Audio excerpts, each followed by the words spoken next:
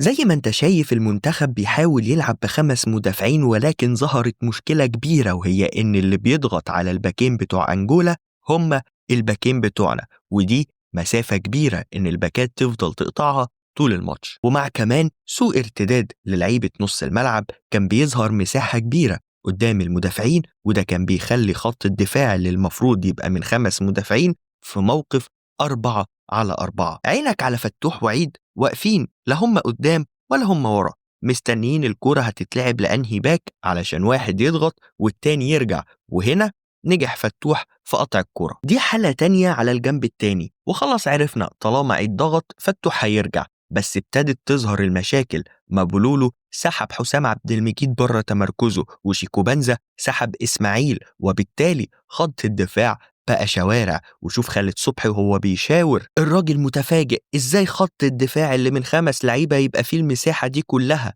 بس تعطيل الهجمة بفاول وقف الخطورة. عيد هنا مع الباك الشمال، شوف شيكو بنزا نزل يستلم وخرج وراه إسماعيل، وظهرت مساحة في خط الدفاع، لأن في الكرة دي الطبيعي إن إسماعيل يفضل مكانه ويسلم بنزا لمهند لاشين، فكانت النتيجة الطبيعية استغلال أنجولا للمساحة، وحسام عبد المجيد اضطر يطلع مكان أحمد عيد وإسماعيل اللي بقوا بره اللعبة تماما. وخط دفاعنا اللي المفروض مكون من 5 لعيبة بقى 2 في ال18 على 3 مهاجمين من أنجولا، ولو لعيب أنجولا كان حطها بالعرض كانت هتبقى فرصة هدف أكيد. لما أنجولا بقى كانت بتبني اللعب بسرعة، ظهرت مشكلة تانية إن عيد أو فتوح ما بيلحقوش يطلعوا يضغطوا أصلا، وبالتالي بيبقى سهل على باكات أنجولا إن هي تتقدم، وبرضه سهل يتعمل زيادة 2-على-1 على أحمد عيد بخروج لعيب نص ملعب أنجولا مايسترو أبو شعر أبيض ده للطرف. وبعدين مشاهد متكررة، إسماعيل بره مكانه ورا شيكو بنزا، مهند تايه في نص الملعب، ومساحة في خط دفاعنا اللي واقف فيه 3 بس من أصل 5.